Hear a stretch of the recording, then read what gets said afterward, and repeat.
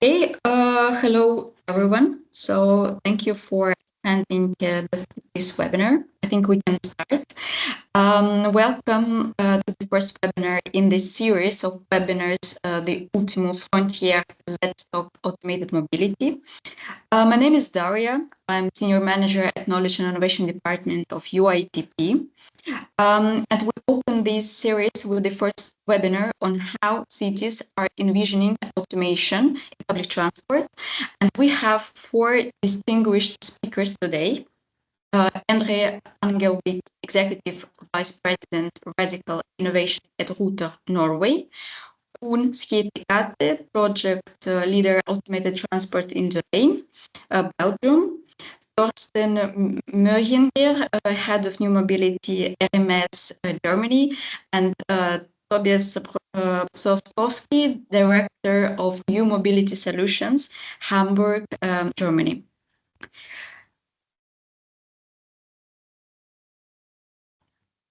The series is launched in the framework of the ULTIMO project that aims to deploy the economically viable, large-scale, on-demand and passenger-oriented automated vehicle public transport services across Europe. The project aims to validate integrated TCAM systems and services across Europe, and this includes developing open source APIs for seamless vehicle and fleet management integration in the MaaS and LaaS platform, ultimately achieving large-scale multi-vendor deployments. And our webinar series seeks to comprehensively address every aspect of CCAM deployment, and we aim to equip cities and regions with the essential knowledge needed to implement automated mobility effectively.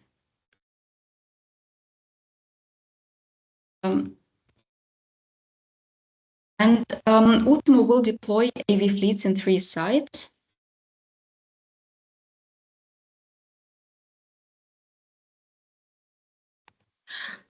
In Herford, North Rhine-Westphalia, with the goal to deliver autonomous minibuses integrated in the existing public transport system.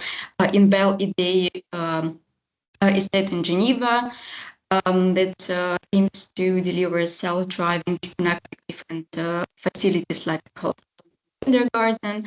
And the third demo site is in Oslo, and here the idea is for automated shuttles as a competitive service to be fully integrated with other traffic, serving passenger in the area in their everyday mobility needs. So, and without further ado, so I'm happy to open our first webinar with the first speaker.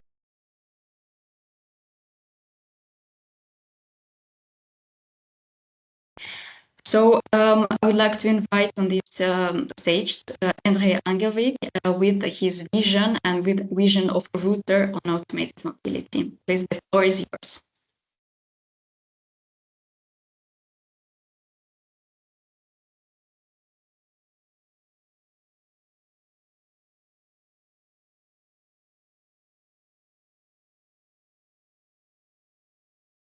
And now my microphone hopefully agrees with me, so you can hear me. Yes, now we hear you perfectly. Thank you, and hopefully the slides work as well. So you can see my screen, I assume. Yes, perfectly. Yes, thank you. Okay, thank you very much to Daria for the kind introduction, and thank you very much to the ULTIMO project and all the project partners for both for arranging this and for being in the ULTIMO project. It's been a very, very interesting and also very exciting project for us in Ruter. And Ruter, we deal with more than 40% of Norway's population, and we cover the all of the public transit in the capital region of Norway, which is more than 55% of all the public transport journeys in all of Norway.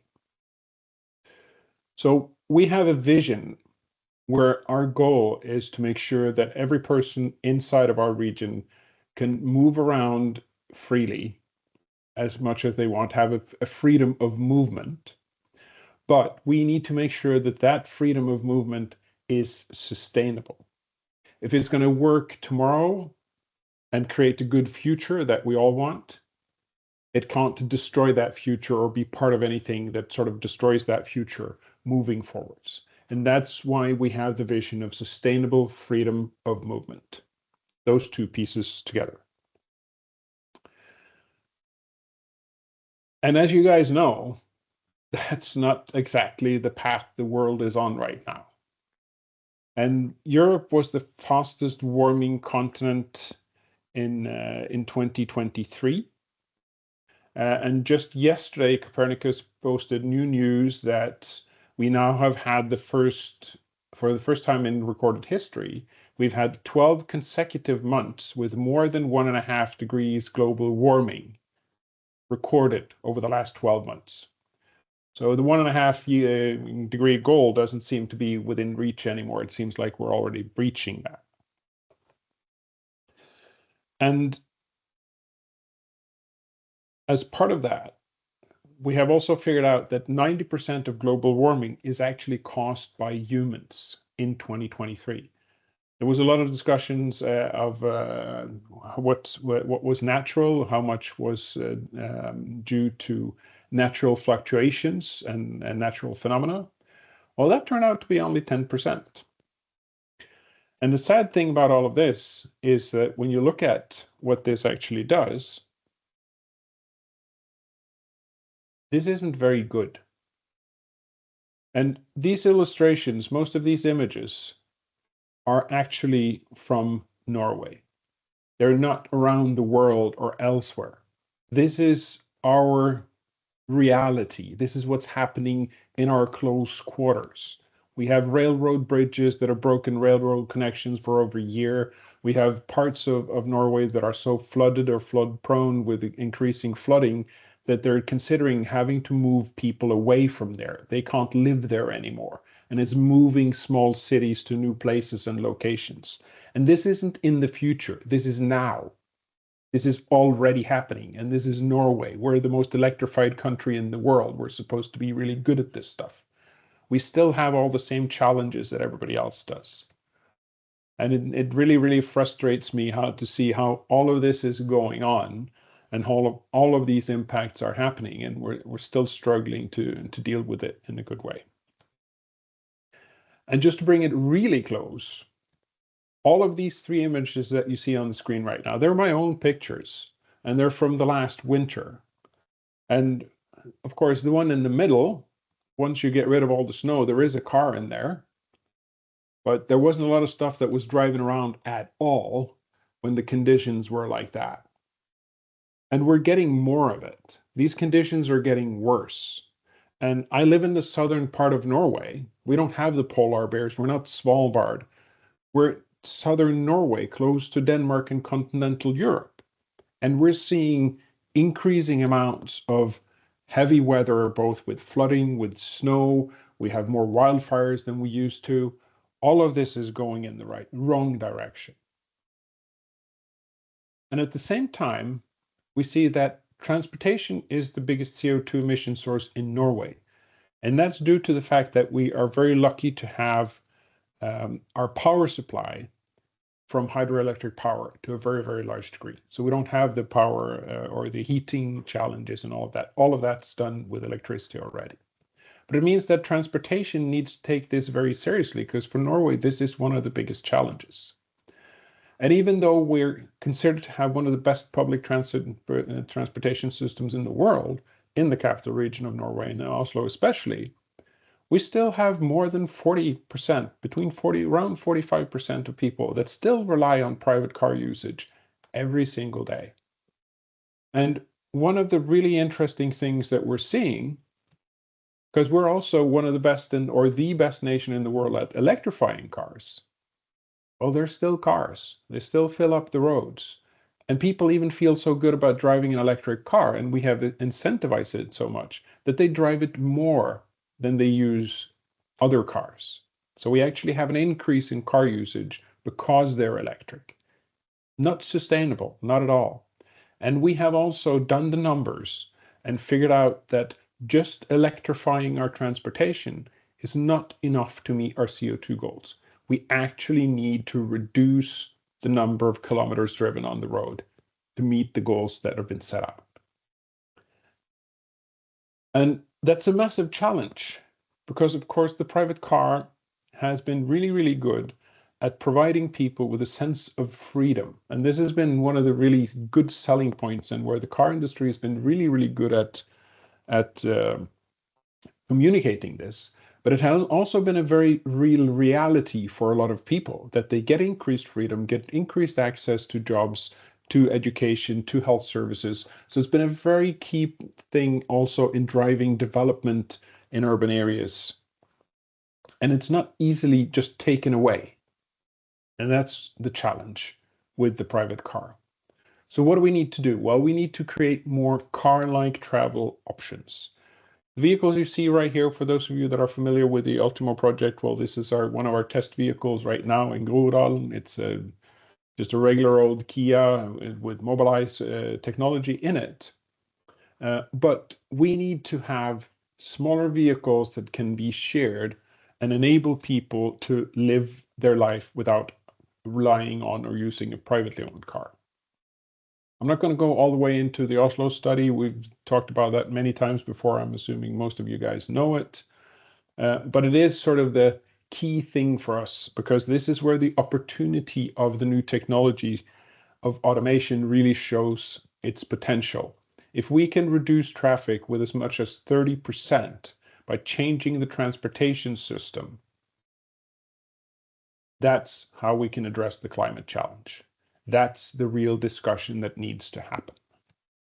And of course, if we can do that, we can reduce the number of vehicles. That reduces energy consumption, consumption of all the materials that go into manufacturing cars, et cetera, et cetera, et cetera. I'm not going to go into all the details. You can sort of get the gist of it. And the really cool thing about it is, if we do this right, we can create really good services for customers. This can be really attractive for the people in the cities. And in an area where we have about 1.3, 1.4 million people, we already have about 200,000 people in there above the age of 18 that can't drive a car for various reasons. Health, other reasons, they can't. So they would also be able to do stuff like this. Of course, what we're after, shift in modal share by 2030. Love to have around 10 or more, if possible, % done by shared autonomous vehicles. It is actually possible. Again, we've done the numbers. It's possible to do. It does require some bold decisions. We've been working at this for quite some time. Since 2018, we've done our series of Navia shuttles. We've done some Toyotas. Currently doing the Groruddalen pilot and the ULTIMO project.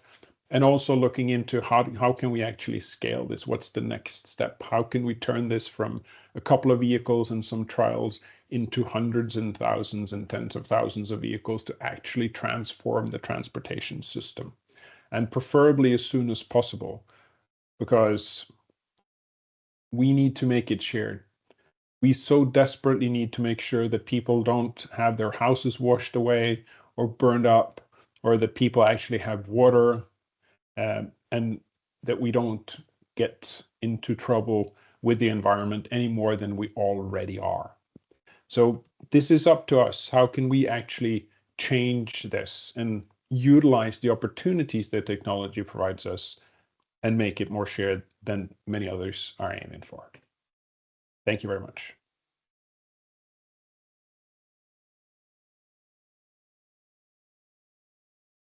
Okay, thank you a lot, Andrea, for your presentation. So my takeaway in this case, if we want to replace cars, so yeah, we need to deliver the services that close as possible to what people got used to. So in order to make this over, otherwise we will have a very critical consequences in the sense of global warming and what we can expect for. I think we need to get out of the global warming somebody else is going to fix. we're going to have to fix it, all of Yeah. us. And it's a real hard problem already today. We are responsible for ourselves. Yep. Yeah. Okay, Thank you. great. Thank you a lot. So then I will invite our next speaker, from the Lijn. We're waiting a little bit of change the screen because internet sometimes works not as we expect to work. So okay, now the floor is yours. You can take over the control and to control the slides. Yeah. Okay, thank you very much. So hello, I'm Koen Schietekate. I work for the Lijn, public transport operator, and I'm here to share you some more insights regarding our strategic study that we've been working on shared automated mobility. Okay, so maybe just in one slide, who is the Lijn? We're a public transport operator, one of the larger ones in Europe, and we do everything from the network planning and the operations up to the traffic control centers and the depots, etc. And of course, we operate in Flanders, Belgium. And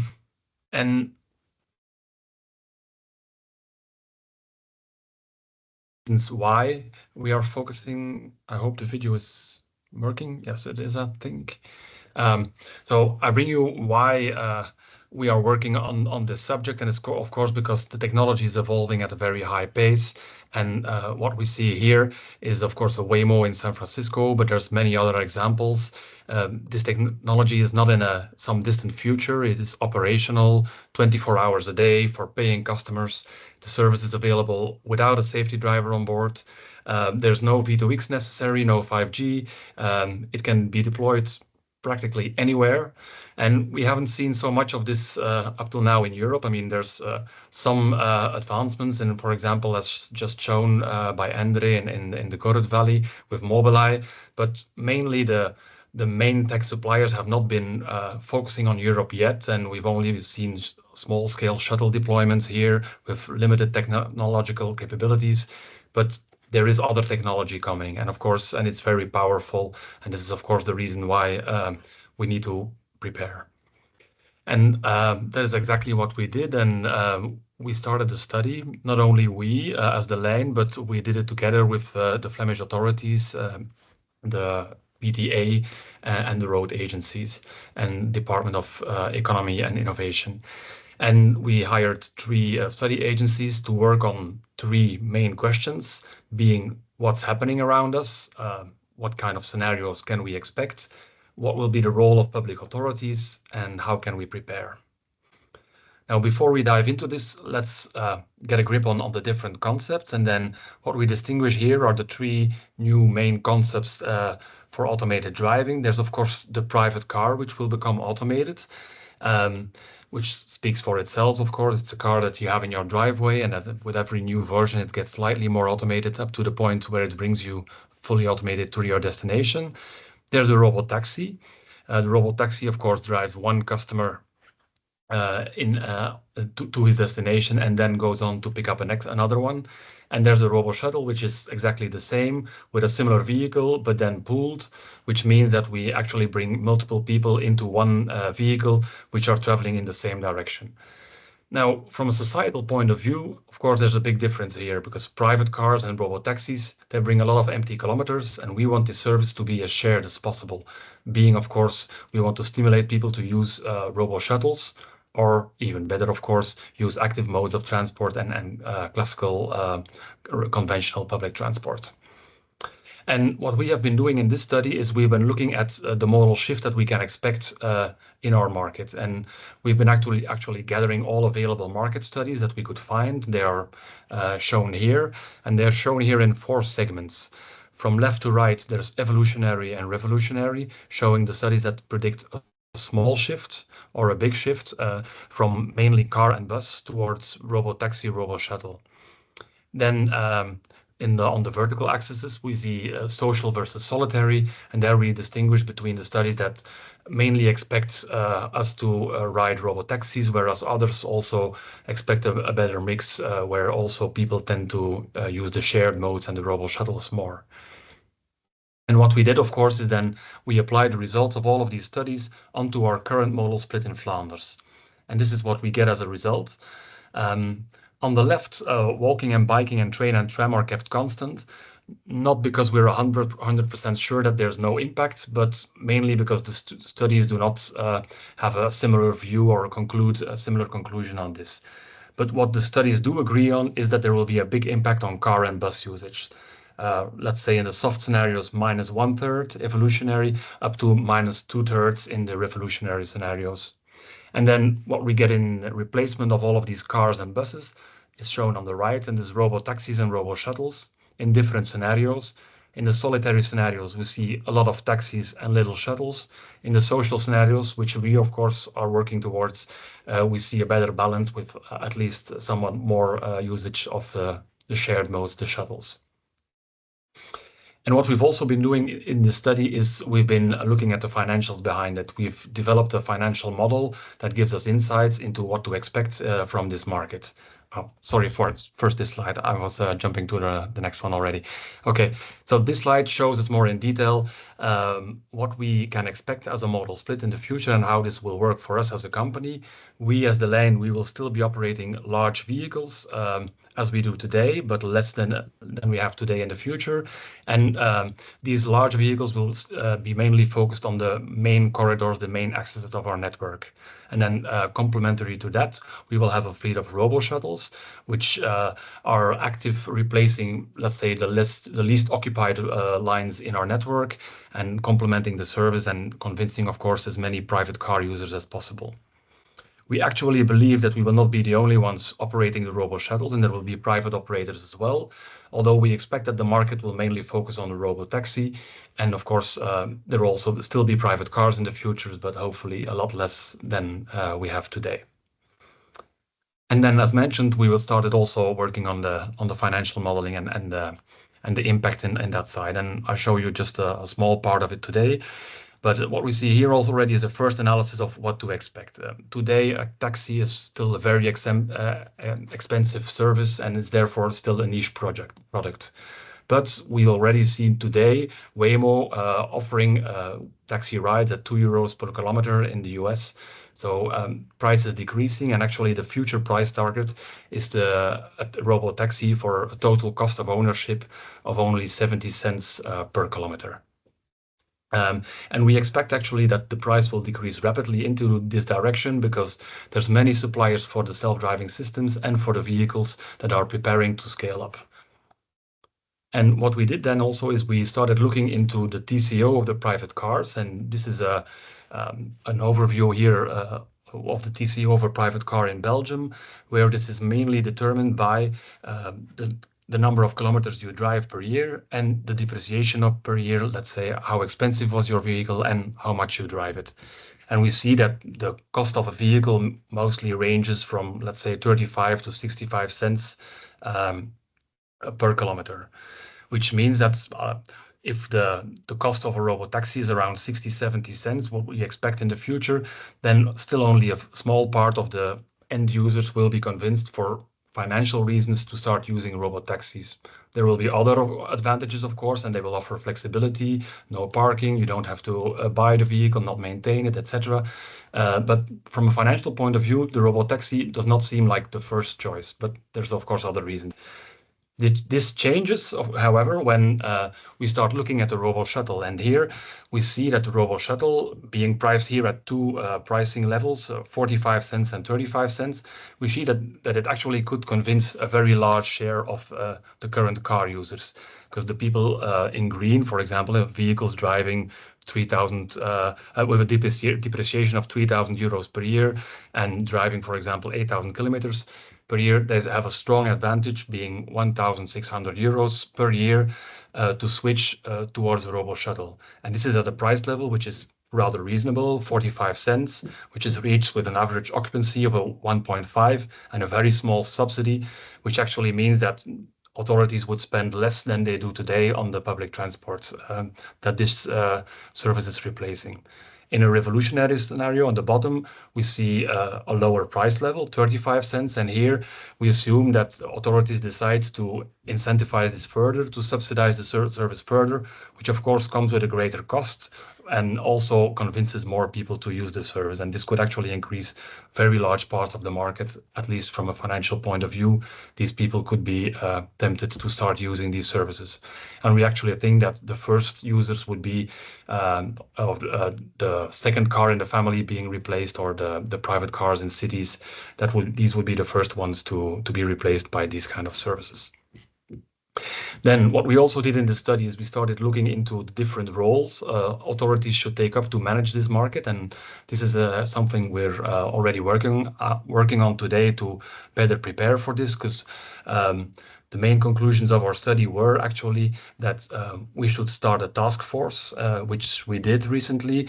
Last year, we launched a task force which is working on all of these roles that were mentioned in the previous slide to start preparing our mobility policy and our government policy for a large-scale introduction of automated transport. And furthermore, we're also working on pilot projects, which we're also doing today. And we've recently launched the Leuven automated pilot project, where we aim to implement a larger fleet of automated vehicles into one of our cities.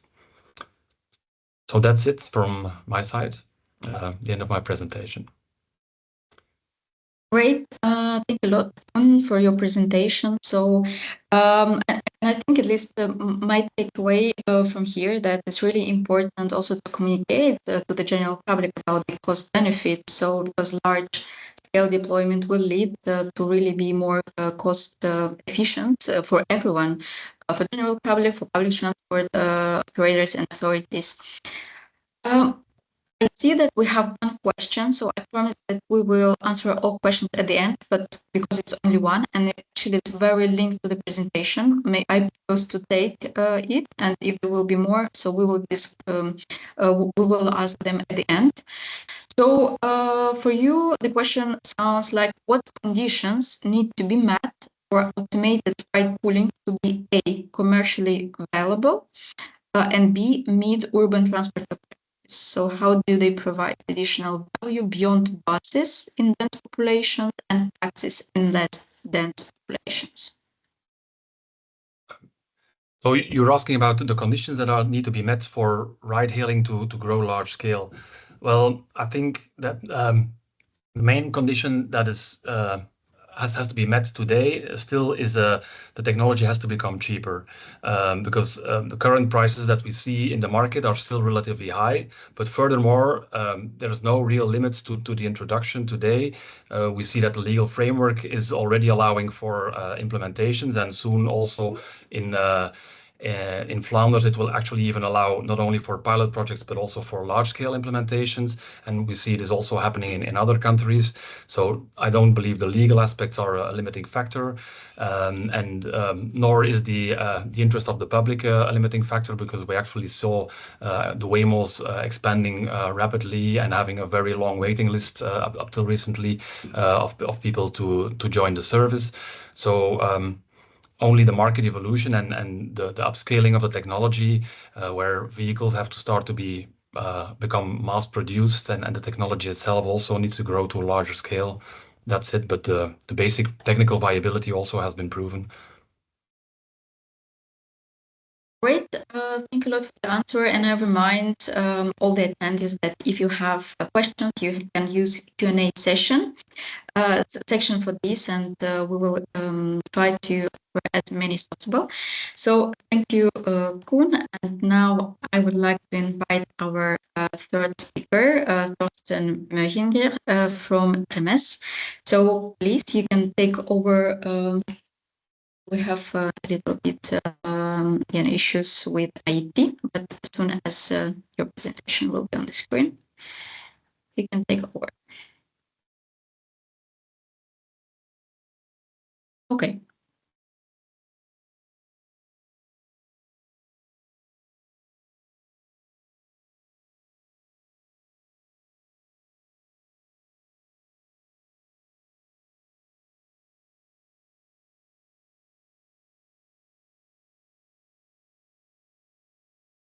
Yeah, I think now it works.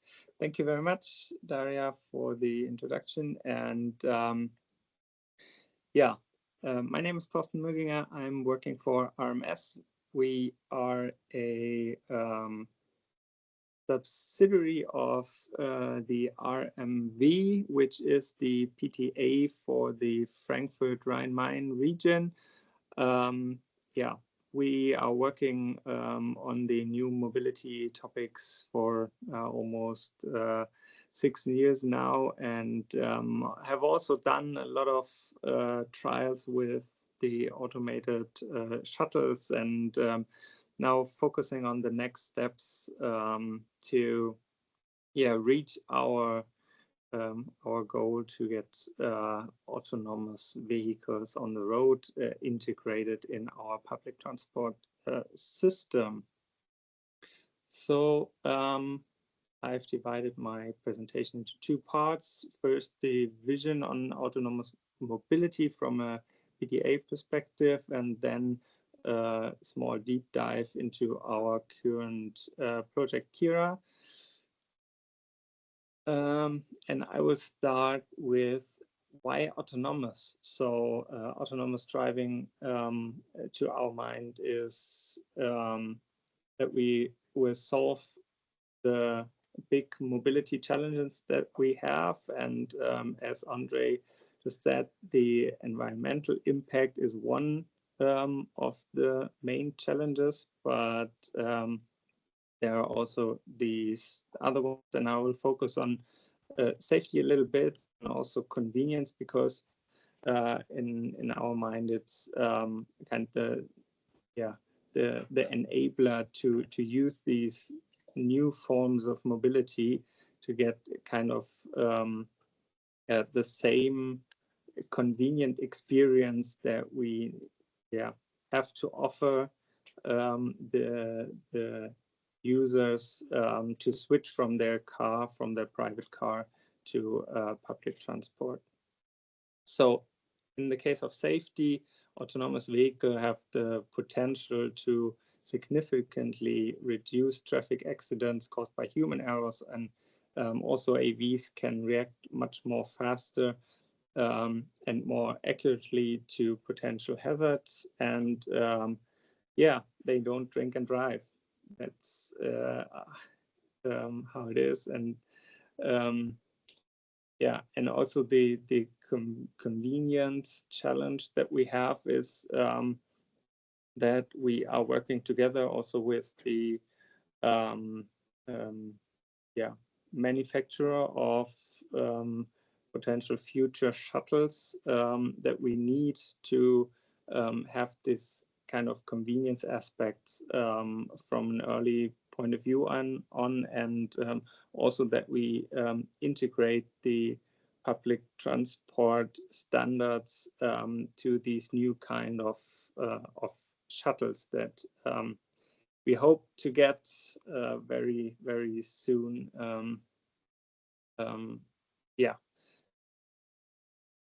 So on the next slide, we have kind of the 3 pillars for a good public transport service, which is, of course, the regular rail services, tightly timed bus services on main axis within and between cities, and for the fine distribution as feeders or in off-peak times, we have the on-demand services that we think will be the first use cases to be autonomous, followed by autonomous buses in the near future, and there potentially we also see more rails, but the business case is kind of another one, and we need the services first of all in on-demand services. And especially for public transport, the challenges are the shortage of drivers, which will be more and more significant because of the age structure of the today's bus drivers, and also we need an increase of the service for higher attractiveness of the public transport. That would not be possible though.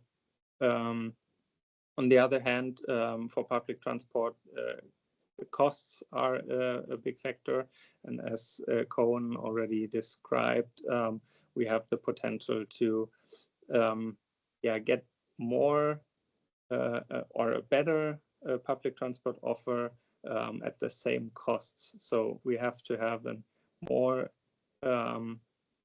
attractive public transport system in the future, and this will become possible and affordable through autonomous driving. So this is what kind of the future looks like within RMV when it comes to autonomous mobility. So we are today in a kind of pilot stage where we have a few demand responsive transport services on the road, and we are in the early stage of autonomous on-demand services in F&A projects like the one that I will show you more in detail in a few seconds. But we also think that the on-demand services are kind of the basis that we need to scale the future autonomous on-demand services. So that we then see an integration stage where we kind of have to have these large large vehicle deployments or large scale deployments, and the important thing is that we kind of have an addition to the current traffic performance in the end. So when we look today, when we are today at 100%, we need to have much more kind of performance in public transport overall. So our vision is that autonomous on-demand mobility will become a new form of transportation serving as a part of public transport, and that it will be established across the RMV area by 2035.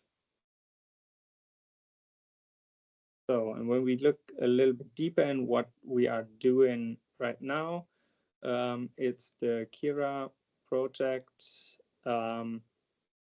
also with the Neo vehicles, as in Norway, and also with the Mobileye tech stack, of course, because that are the only vehicles on the European market right now, besides the ID buses from Moya, but they are not available right now. So autonomous driving is coming faster than expected, or it is coming. That's the point. In Germany, the laws are in place actually since July 2022, sorry, and the technology is also available. I have a short video, but I can send you the link afterwards. That's a drive through Munich with one of the Mobileye vehicles. Actually, that's just a camera-based one, but we've seen the videos also, as Cohen showed from the Waymo ride, that is also without the drivers.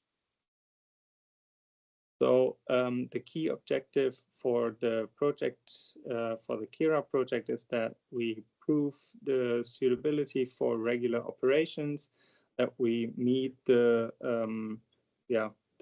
regulation for autonomous driving in Germany, and that we get the experience how to set up a level 4 operation. And on the other hand, we wanted to give a guide for municipality purchasers or public service providers, so they can.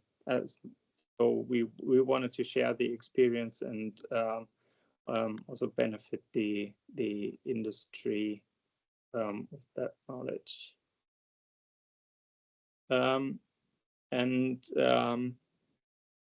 In the end, I wanted to raise the question, so what framework conditions are needed to enable autonomous mobility in public transport? These are these 6 points to my mind. So embedding in a mobility strategy, that's a big point, as we saw with Ruter and Lijn also, that we are working on a mobility strategy. We need to have large-scale demonstration in the next steps with a larger number of vehicles that we can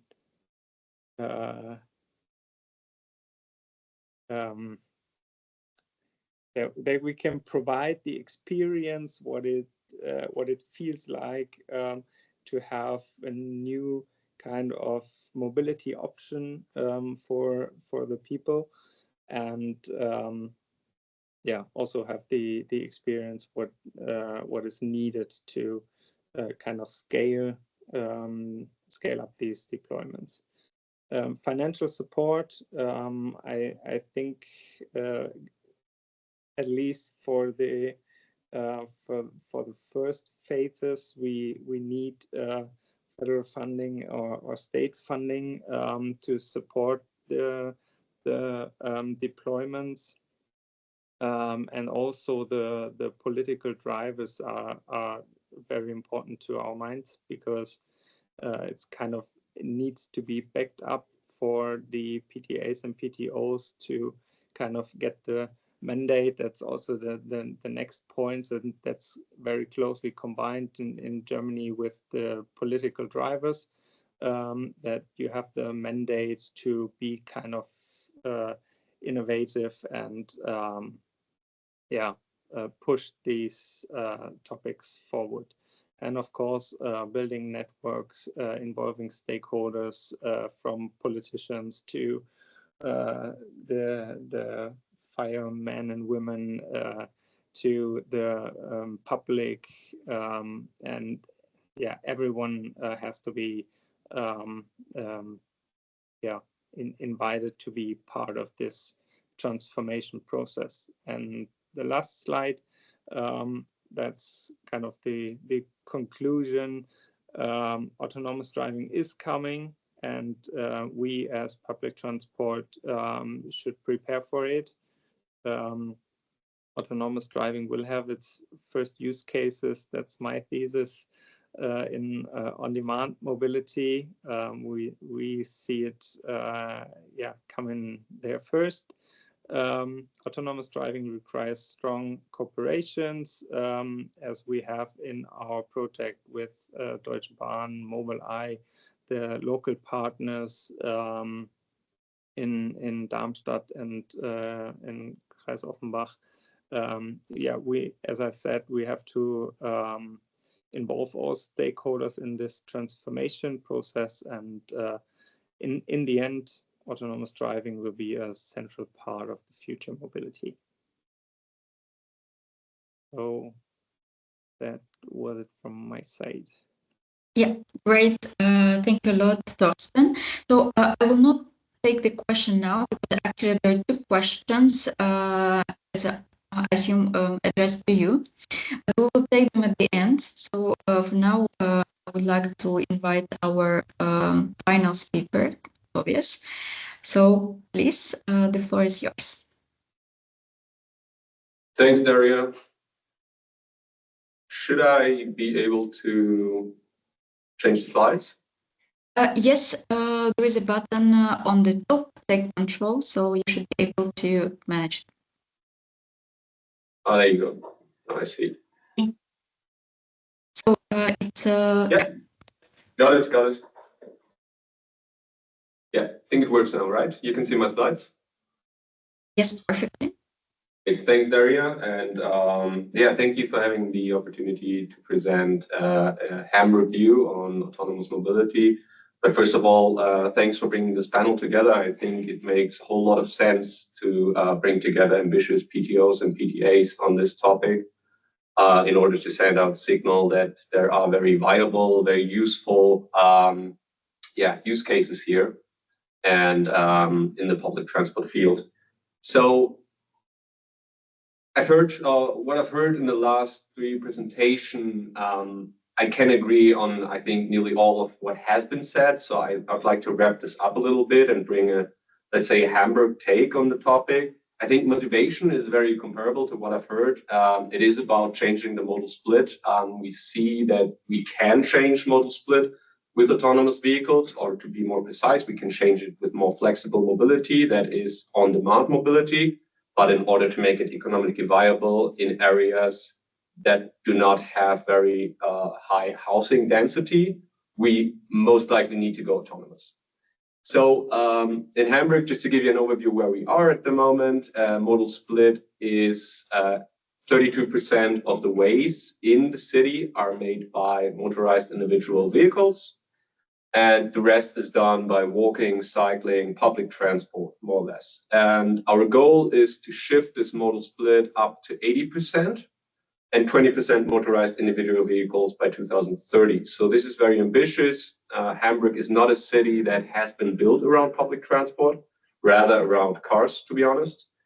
So we have to change a lot in our city structure. We have to increase public transport offerings. And yeah, that brings a lot of challenges, of course. And yeah, why do we do it? I think has also been said. In the end, it's really about tackling the climate problem. We need to save carbon CO2, carbon dioxide emissions. And at the moment, transport sector in Hamburg accounts for roughly one quarter of the carbon dioxide emissions. And this is where we need to bring it down. I can also really agree on what has been said by Torsten in the end, that you need to start with the embedded strategy approach first.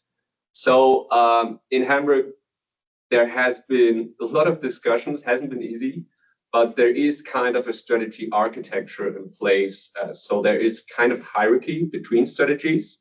And again, if you think about how to transform the transport sector, you need to start with the climate plan first. The climate plan gives us certain amounts of CO2 savings that we need to achieve. And if we break it down to the transport sector, that's what we call is our mobility transition strategy. And as said, it's not just about electrification of vehicles. We also have a strategy in place for that. We need to electrify vehicle. We need to electrify our own fleets, that's for sure. But you need also to change the modal split in the city. And how can we do that? We have a strategy for new public transport in place that we call the Hamburg Tact. You can translate that as Hamburg Rhythm, or easy said, it's a mobility guarantee. We want to provide our citizens in the whole area of Hamburg a public mobility service within 5-minute distance. And that can be walking distance, of course, or can be less. And how do you do that? Well, first of all, not with autonomous vehicles per se. They come in later. But first of all, of course, you need to expand classic line-based or fixed line public transports. We need more buses. We need more trains. At the moment in Hamburg, there's an extension of a subway line going on. There's a fully new subway line in building at the moment. And there are two new regional train lines in construction already. So a lot of investment, first of all, in classic public transport is needed for sure. At least in Hamburg, there is still a lot to do. But it's also very important to integrate that with other modes of transport, because only by really integrating it and making it a mixture, the offer can be appealing in the end. Otherwise, we are just optimizing silos. We are optimizing cycling, yes, but if it's not integrated in public transport, it ends. We cannot really reap the benefits from it.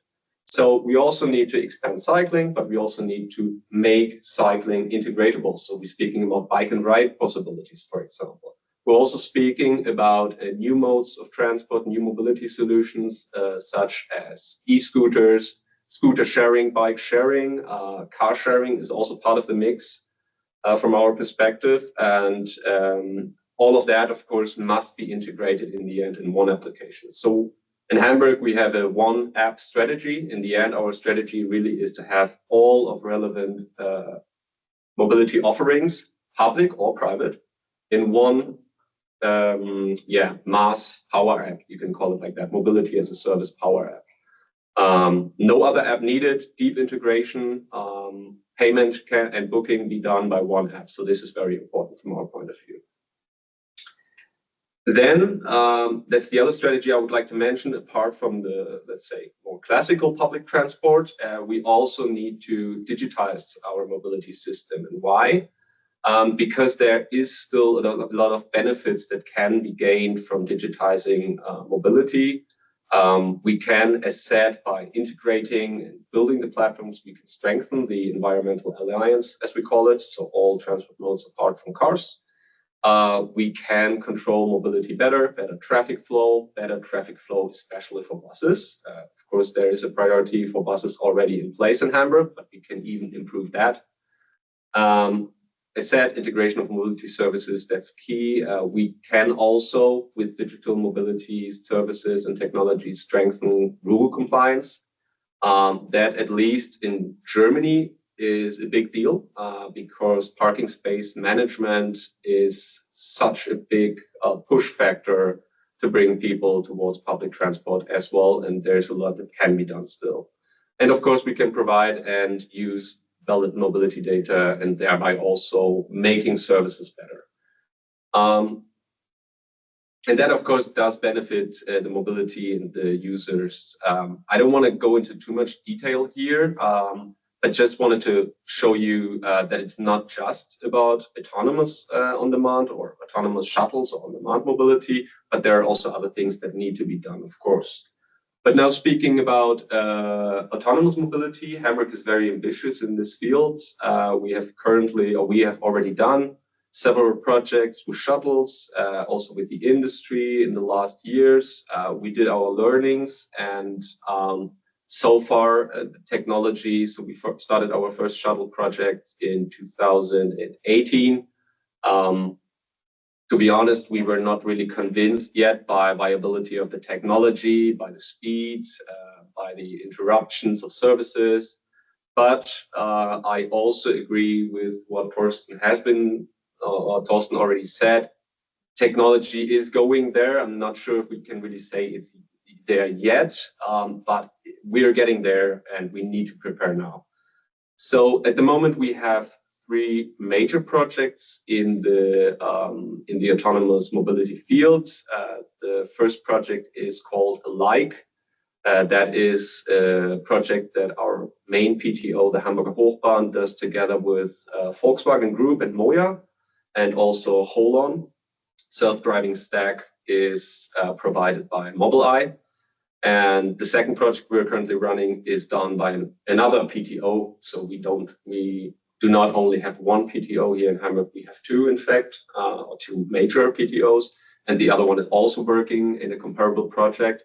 Big difference there is that the shuttles and the self-driving stack were not part of the project at the very beginning, but we tendered them. And this is an ongoing process, so I cannot really say a lot about that here, but more to come.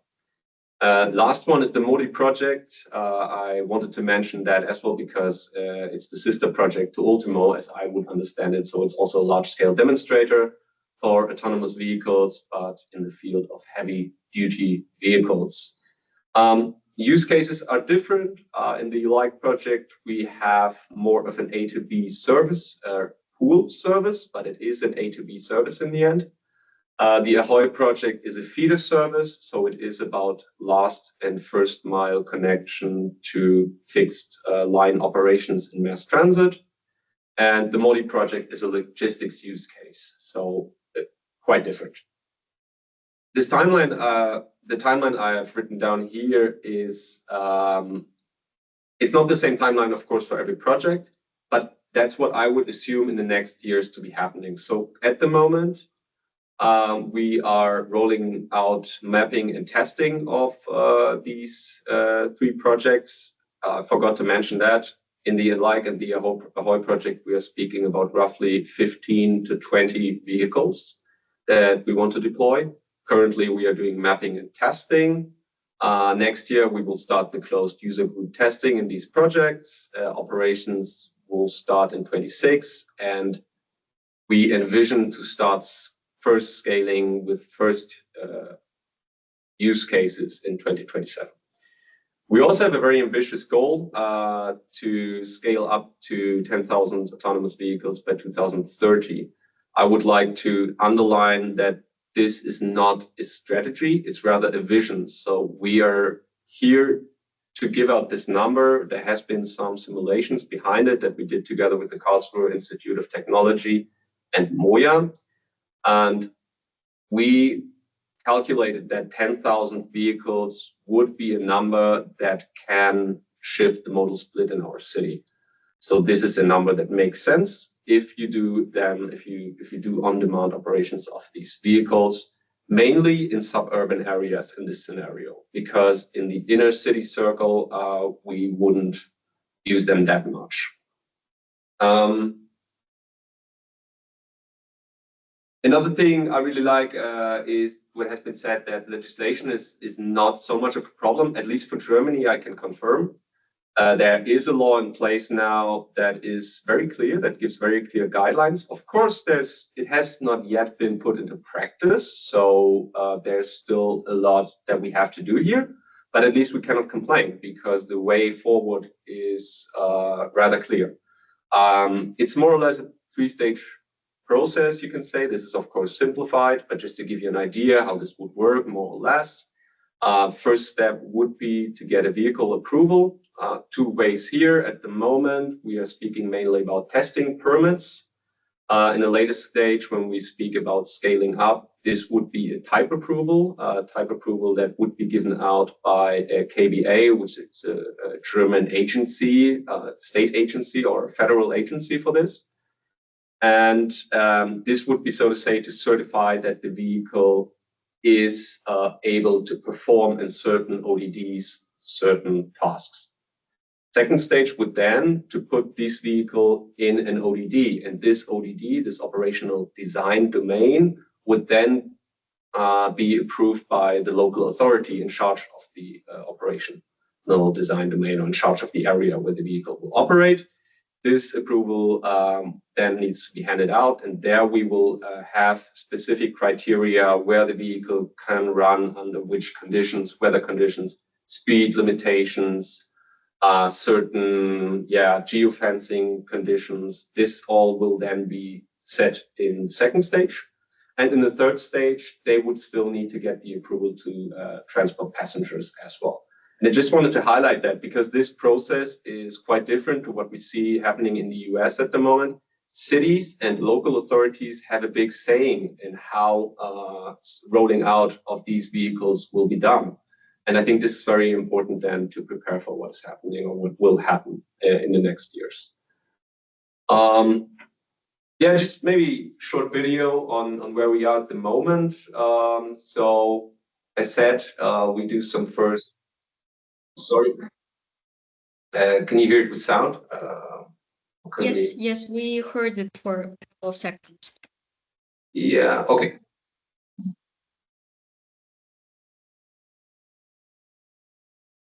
It's German, sorry.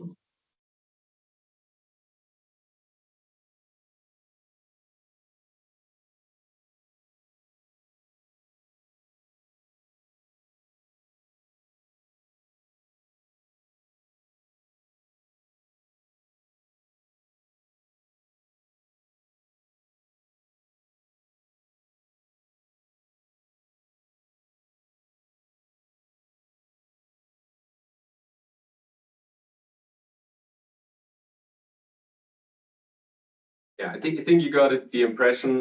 What you can see there is the ID bus. This is a regular vehicle that was re-equipped with the technology, so with the sensors needed to drive autonomously. And this is, of course, only a showcase at the moment. As said, we are mainly doing mapping at the moment here, and this was just a showcase. Limited testing with first passenger groups will be done in the next year. And this brings me also to my, sorry for that, to my last point. We have the pleasure to host the next UITP summit in 25. And this is a warm invite to all of you to visit us next June in Hamburg, because I hope if projects go well, we can then already invite you to some major testings and you can experience what this project or what the projects can do firsthand. Thank you very much. Okay, great. Thank you a lot. So now I would invite all the speakers to Maybe Daria, turn just on their... sorry, just to interrupt. I have a little change of plans. This is why I have to leave office already now. But I will be on my phone without a camera, just to let you know.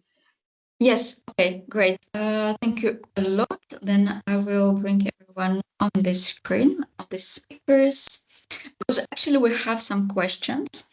So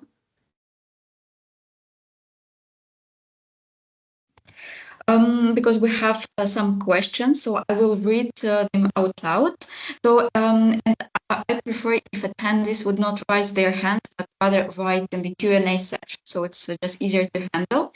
So the first question, I think it's more for Andre and Tobias, because they are the ones who showed the vision on the large scale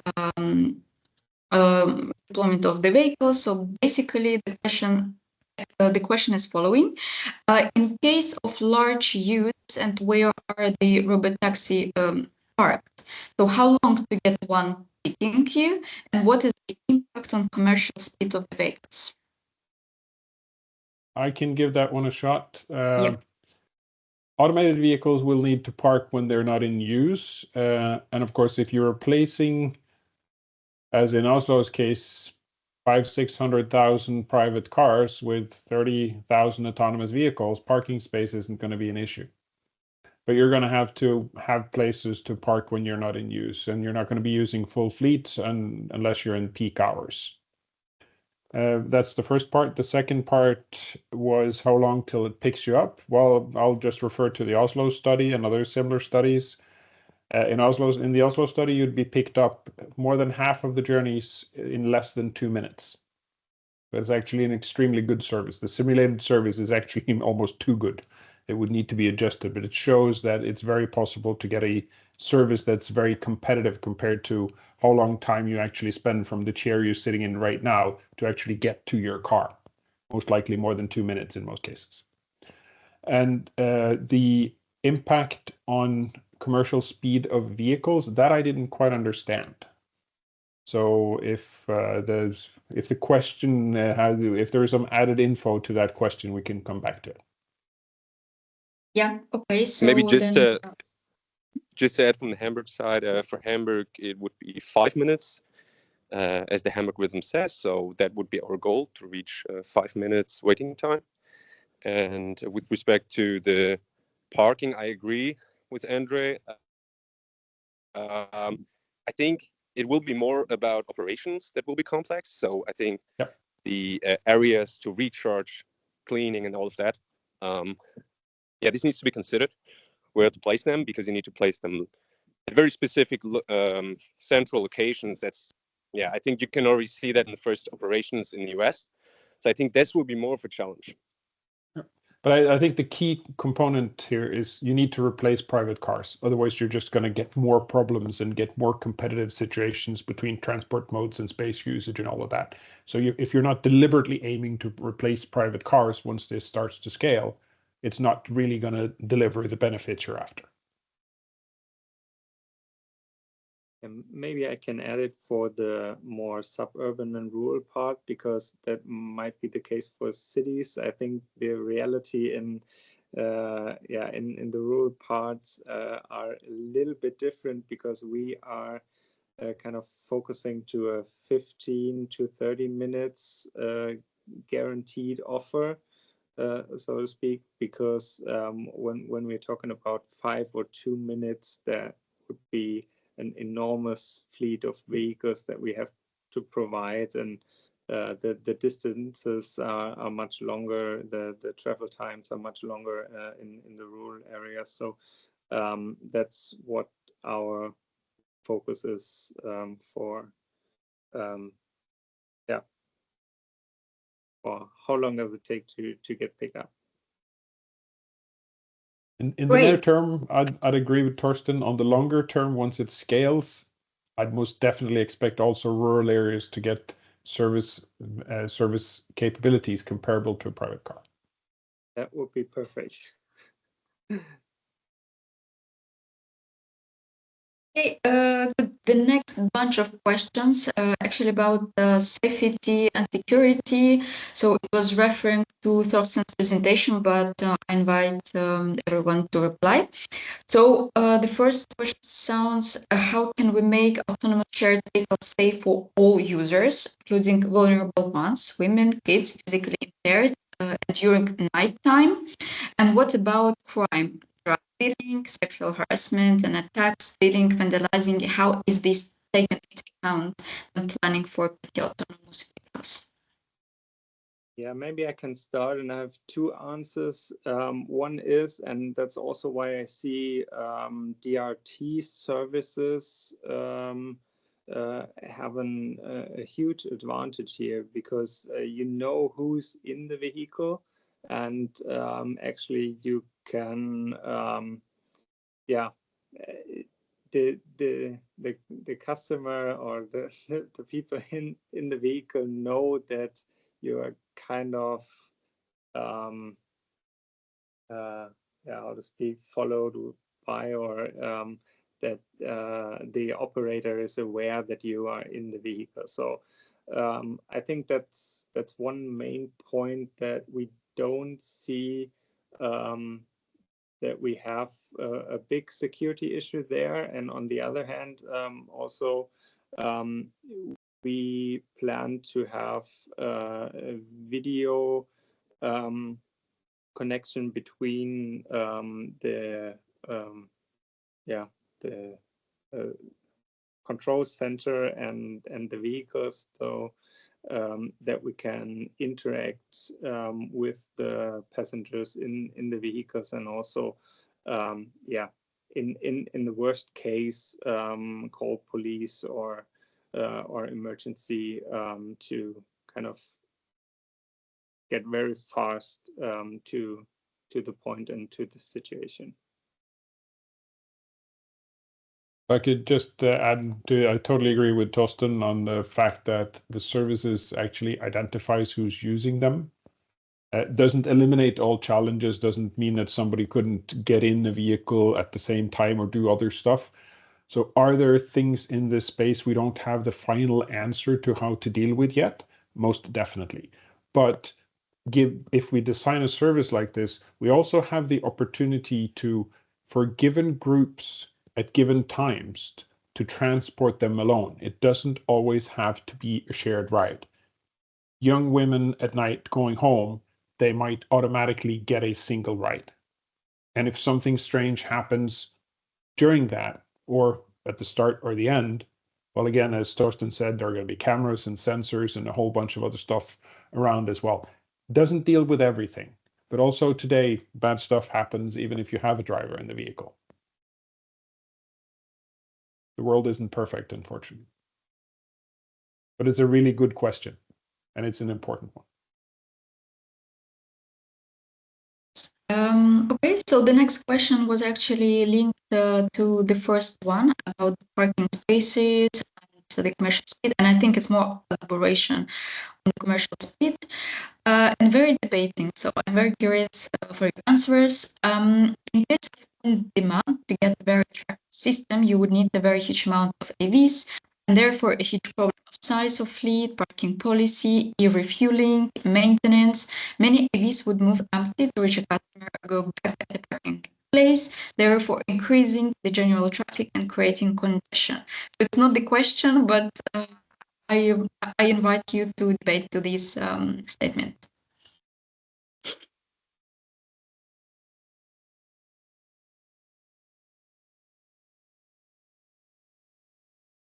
Go for it, Koen. Okay. It is of course our goal with these automated services to replace private cars. The current occupancy of a private car, at least here in Flanders, is roughly 1.2. And it is our goal, of course, to have a lot of people in robo shuttles that have an occupancy, let's say, roughly between 1.5 and 2, which is low, but still significantly higher than a private car. And in our estimations, as we've worked them, elaborated them for the market, we see that, of course, that most of the passengers that are in these shared services actually come out of the car and very little come out of public transport. But it is, of course, still a strong focus point, and it will be very challenging for our mobility policy to be developed to lead this transition into the right direction and to ensure, for example, also that there's no negative effect on walking, biking, or rail and tramways and etc. So it is something that we have to work on.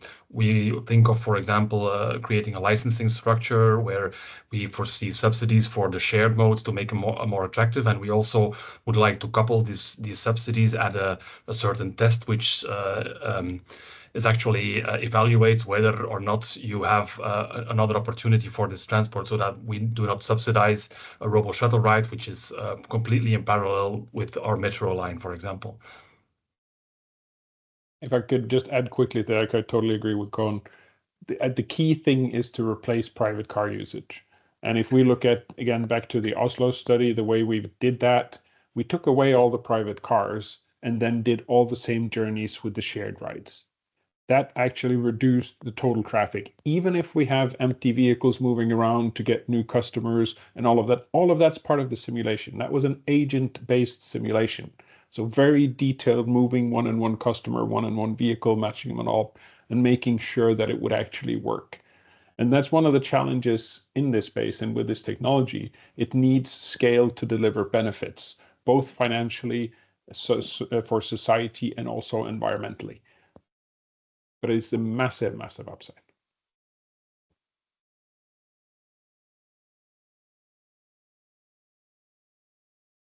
Okay, so if there is no further elaboration on this, as we're a bit close to the end of the webinar, so we have only 1 minute left.